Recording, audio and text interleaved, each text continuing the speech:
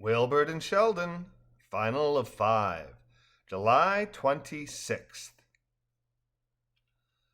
Though exhausted from her labor, rather than heading due east back to the waiting Caribbean on the far side of Lifeguard Station 8, Sheldawn headed east by northeast towards the sounds of human laughter and Whalebert's moans and screams of pain and frustration.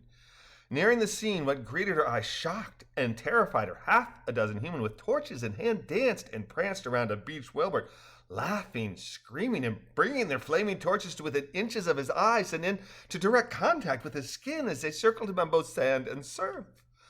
Seeing her colossal friend tortured, screaming, and completely helpless against the humans' sadistic atrocities, Sheldawn longed to chase the humans away, but knowing that she, all alone and defenseless, could do nothing to help him, changed course and headed directly into the sea, pausing only long enough to scream, "Whalebert!" before her flippers rose from the sand and she was able to swim quickly rather than crawl ponderously away from the nightmare scene, her friend's screams for help echoing in her ears as she swam. Sheldawn was done in, but she was not done. If not for her, Whalebert would have remained in deep water, far from the monsters who tortured him for their amusement. He had stood lookout for her in her time of greatest vulnerability, and now suffered at the hands of brutes, hands from which he must be delivered. Head spinning concerning how to save her friend, her flippers seemingly took on a life of their own and stroked with a strength she simply did not have. "Pride Month," she said to herself. "It's Pride Month. Turtles are everywhere." She swam in search of friends and strangers who she could gather for the rescue of Whalebert. Swimming, the first sea turtle she encountered was her friend Teresia, out searching for food, and Sheldawn quickly explained to her that her Whalebert was in horrible trouble and was being slowly tortured to death by completely insane rogue humans. Sheldawn began her disjointed tale. Teresia at first seemed disinclined to help, but when Sheldawn explained both the circumstances surrounding how he'd wound up being beached and had been in service to her during her egg laying and described the abject beastliness of the human's torture, Teresia's attitude transformed from indifference to an absolute desire to free the outspoken, taciturn titan with whom she'd exchanged barbed quips, but for whom she held no ill will. "Sea turtles," Sheldawn said. "We need all the sea turtles. Quickly, quickly, amass the turtles and bring them just north of Lifeguard Station 8. Hurry, Teresia, hurry. What these humans are doing is unspeakable." An admonition which Teresia took to heart as she took to searching for sea turtles.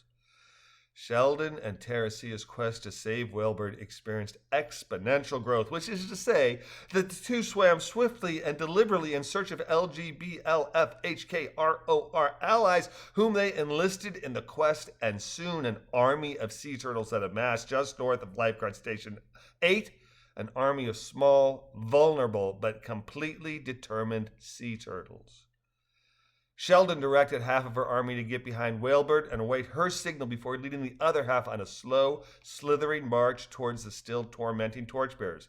How many sea turtles had gathered? Thousands? Tens of thousands? Hundreds of thousands? The turtles numbered so many that they filled the sand with their presence, and they marched. Though still entertained by their sadism, the humans had tired and mostly sat or lay on the beach watching Whalebert suffer without actively attacking. Fatigue, rather than compassion, slowing their monstrous assault.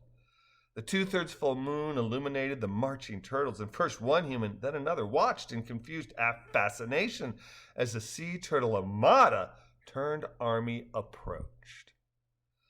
One of the humans rose and, smiling and laughing, ran 3 steps forward with torch in hand, intent on torturing the sea turtles as he had tortured Whalebert. But as he looked beyond the 1,000 sea turtles within a few meters of him to the hundreds of thousands beyond, he had, if not a change of heart, then at least a change of plans, as he shouted, "Let's get out of here!" and stumbled borracho away up the dunes with his half-dozen compadres following. "Now!" Sheldawn shouted from the front of the sea turtle army to the waiting sea turtle navy. "Now! Everyone, now! We can do great things! Return him to the sea!" And at her command, the hundreds of thousands of sea turtles, the loggerhead, green, black, leatherback, flatback, hawksbill, Kemp's Ridley, and Olive Ridley sea turtles used their Lilliputian selves to move the Brada Bingdon Whalebert back to the Caribbean, where the cooling water soothes his burns, and the love of pride filled his heart with thankfulness. Sheldawn swam to face Whalebert, and the two looked lovingly into one another's eyes, each professing their love for the other. Whalebert nodded and said, "I may be late tomorrow for a Thursday meeting," in his droll way. "I may too," Sheldawn said, before thanking the Sea Turtle Navy and saying goodnight to Whalebert and swimming home. As things turned out, Whalebert was on time, but Sheldawn never arrived. The ordeal proved too great for the aged sea turtle, and she passed away in her sleep, her memory ever alive in Whalebert's heart, and praise for her ever on his tongue when shouting encouragement to sea turtles for their Pride Month till his dying days.